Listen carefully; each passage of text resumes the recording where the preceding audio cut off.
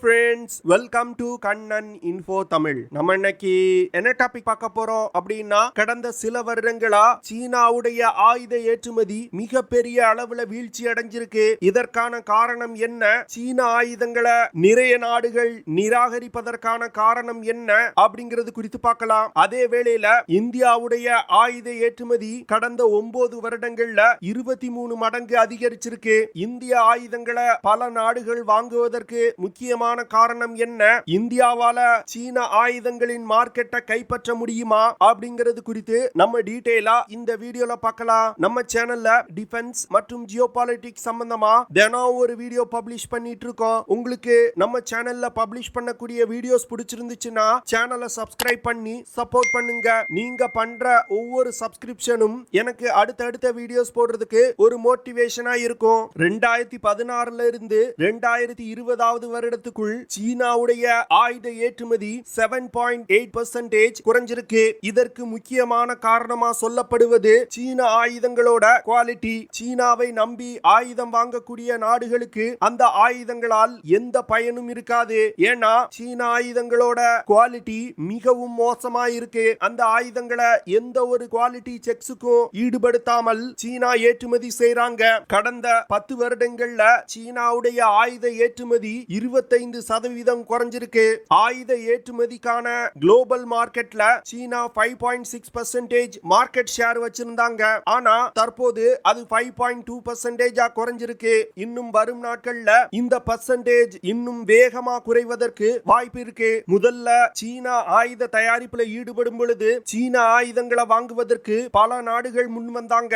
இதற்கு முக்கிய காரணம் சீன ஆயுதங்களோட விலை மிகவும் குறைவா இருந்தது. அது மட்டும் இல்லாம ஆயுதம் வாங்கக்கூடிய நாடுகளுக்கு சீனாவே பைனான்ஸும் பண்ணுனாங்க. இதன் காரணமா பல நாடுகள் சீன ஆயுதங்களை வாங்கி தங்கள் படையில் இணைச்சாங்க. ஆனா ஒரு குறிப்பிட்ட காலகட்டத்திற்கு பிறகு அந்த நாடுகள் சீன ஆயுதத்தோட குவாலிட்டி என்ன அப்படிங்கறத தெரிஞ்சுக்கிட்டாங்க. அது மட்டும் இல்லாம யுத்த களத்துல அந்த ஆயுதங்களை பயன்படுத்தும் பொழுது தொடர்ந்து சீன ஆயுதங்கள் ஃபெயில் ஆயிருக்கு. இதனால அந்த ஆயுதங்களை சரி செய்வதற்கு முயலும் பொழுது சீனா அதிக பணம் கேட்க ஆரம்பிச்சாங்க. இதனால ஆயுதங்களை வாங்குவதை விட அதிக பணம் செலவு செய்து ரிப்பேரான ஆயுதங்களை சரி செய்யும் நிலைக்கு அந்த நாடுகள் தள்ளப்பட்டது. சீன ஆயுதங்களை முதல்ல வாங்கும் பொழுது விலை குறைவா இருப்பது போன்று இருக்கும். ஆனா அதுல நிறைய ஹிடன் சார்ஜஸ் இருக்கும். இதன் காரணமா பல நாடுகள் சீனாவிடமிருந்து வாங்கிய ஆயுதங்களை மெயின்டைன் செய்ய முடியாம அதை தங்கள் படையில் இருந்து நீக்கும் நிலைக்கு தள்ளப்பட்டாங்க. சீனா தற்போதைய நிலையில 53 நாடுகளுக்கு ஆயுதங்களை ஏற்றுமதி செஞ்சு வந்துகிட்டு இருக்காங்க.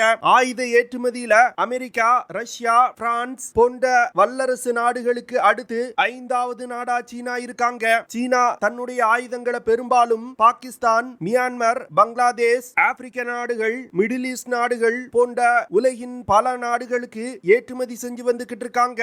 அதுல குறிப்பா பாகிஸ்தான் சீன ஆயுதங்களை பெரும் அளவுல இறக்குமதி செய்து தங்கள் படையில் இணைச்சிருக்காங்க. நிறைய டிஃபென்ஸ் எக்ஸ்பர்ட்ஸ் என்ன சொல்றாங்கன்னா, சீன ஆயுதங்களோட குவாலிட்டி மட்டும் குறைவா இல்ல, அந்த ஆயுதங்கள் இதுவரைக்கும் எந்த ஒரு யுத்த களங்கள்லையும் பயன்படுத்தப்படல. அப்படி இருக்கும் பொழுது எதற்காக இந்த நாடுகள் சீன ஆயுதங்களை விலை குறைவா இருக்க காரணத்திற்காக வாங்குறாங்க அப்படின்னு கேள்வி எழுப்புறாங்க. உதாரணத்துக்கு பார்த்தோம்னா, சமீபத்துல மியான்மர் சீனாவிடமிருந்து JF-17 விமானங்களை வாங்கி தங்கள் படையில் இணைச்சாங்க. ஆனா படையில் இணைக்கப்பட்ட சிறிது நாட்கள்ல J-17 விமானத்துல பல பிரச்சனைகள் ஏற்பட்டது. அதுவும் குறிப்பா விமானத்தோட ஸ்ட்ரக்சரல் பிரேம்ஸ்லயே விரிசல்கள் ஏற்பட ஆரம்பிச்சது. இந்த விஷயத்தை சீனாவிடம் சொல்லி சரி செய்ய முயலும் பொழுது சீனா மியான்மருக்கு சரியா ரெஸ்பாண்ட் பண்ணல. இதன் காரணமா மியான்மர் சீன விமானங்களை கிரவுண்ட் செய்யும் நிலைக்கு தள்ளப்பட்டாங்க. JF-17 விமானம் பாகிஸ்தான் மற்றும் சீனா இணைந்து உருவாக்கிய விமானம். அப்போ பாகிஸ்தான் விமானப்படையில இருக்கக்கூடிய விமானங்களோட செயல்திறன் எப்படி இருக்கும் அப்படின்னு நீங்களே கணிச்சுக்கங்க. அது மட்டும் இல்லாம மியான்மர் சீனாவிடம் இருந்து வாங்கிய ஃபைட்டர் ஜெட்ல இருக்கக்கூடிய ரடார் சிஸ்டத்தோட அக்யூரசி மிகவும் குறைவா இருந்திருக்கு. அந்த ரடார்களை பயன்படுத்தி எதிரி விமானங்களை லாக் செஞ்சு தாக்கவே முடியாது அப்படின்னு மியான்மர் சொல்றாங்க. மியான்மர் சீன விமானங்களை அதிக விலை கொடுத்து வாங்கியிருக்காங்க. ஆனா கடந்த 4 வருடங்களா அந்த விமானத்தை சரி செய்ய முடியாம மியான்மர் விமானப்படை கிரவுண்ட் செய்து வச்சிருக்காங்க. அடுத்து நைஜீரியாவும் சீனாவிடம் இருந்து JF-17 விமானங்களை வாங்கியிருந்தாங்க. நைஜீரியாவும் சீனாவும் இந்த JF-17 விமானங்களோட குவாலிட்டி மிகவும் மோசமா இருக்கு அப்படின்னு சொல்றாங்க. அது மட்டும் இல்லாம அந்த விமானங்கள்ல ஏற்பட்ட பிரச்சனை காரணமா நைஜீரியா 7 விமானங்களையும் சீனாவுக்கே திருப்பி அனுப்பிட்டாங்க. அதே போன்று பங்களாதேஷ் சீனாவிடம் இருந்து நீர்மூழ்கி கப்பல்கள் மற்றும் டேங்குகளை இறக்குமதி செஞ்சிருந்தாங்க. அந்த நீர்மூழ்கி கப்பல்ல ஏற்பட்ட பிரச்சனை காரணமா பங்களாதேஷ் கடற்படை அந்த கப்பல்களை இயக்காம நிறுத்தி வச்சிருக்காங்க. அது மட்டும் இல்லாம சீனாவிடம் இருந்து வாங்கப்பட்ட டேங்குகள் அடிக்கடி பிரேக் டவுன் ஆகுது. இதன் காரணமா பங்களாதேஷ் தற்போது சீனாவிடம் இருந்து ஆயுதங்களை இறக்குமதி செய்வது கிடையாது. பாகிஸ்தான் படையில் இணைக்கப்பட்ட பல ஆயுதங்கள் பிரச்சனைகளை சந்திச்சு வந்துகிட்டு இருக்கு. குறிப்பா சீனாவிடம் இருந்து F-22P அப்படிங்கிற ஒரு ஃப்ரிகேட்ஸ் ரக போர்க்கப்பலை பாகிஸ்தான் கடற்படையில இணைச்சாங்க.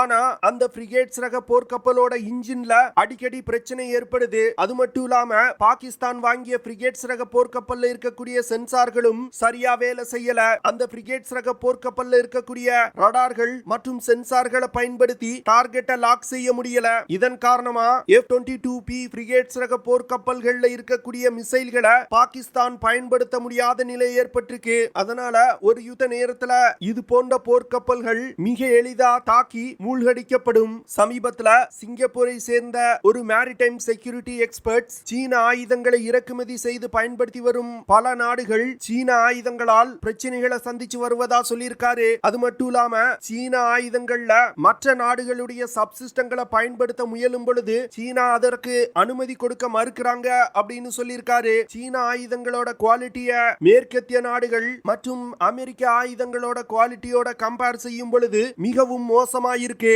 சீனா தன்னுடைய ஆயுதங்களை சோதனை செய்வதற்கான குவாலிட்டிய மிகவும் மோசமா வச்சிருக்காங்க அப்படின்னு நிறைய டிஃபென்ஸ் எக்ஸ்பர்ட் சொல்றாங்க.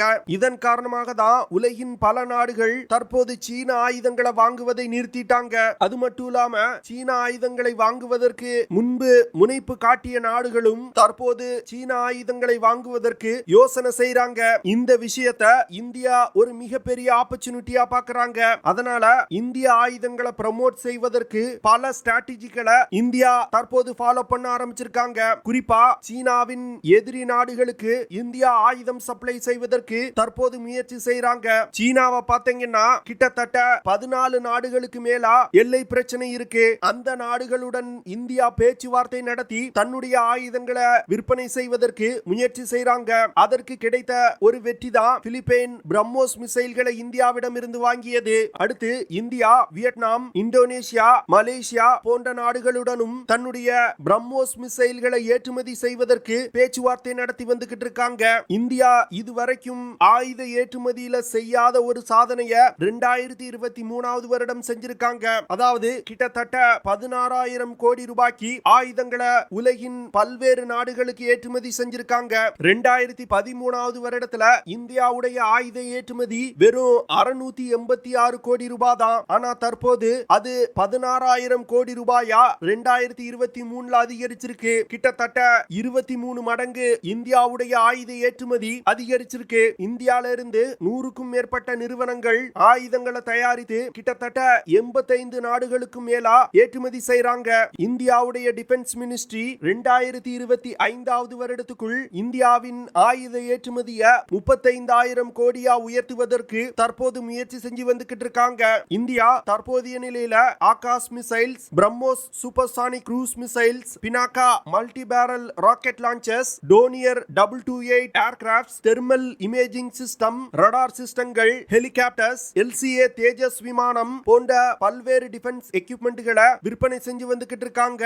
இன்னும் ஒரு சில வருடங்கள்ல இந்தியாவுடைய ஆயுத ஏற்றுமதி சீனாவுக்கு ஒரு மிகப்பெரிய சவாலை கொடுக்கும் அப்படின்னு டிஃபென்ஸ் எக்ஸ்பர்ட் சொல்றாங்க.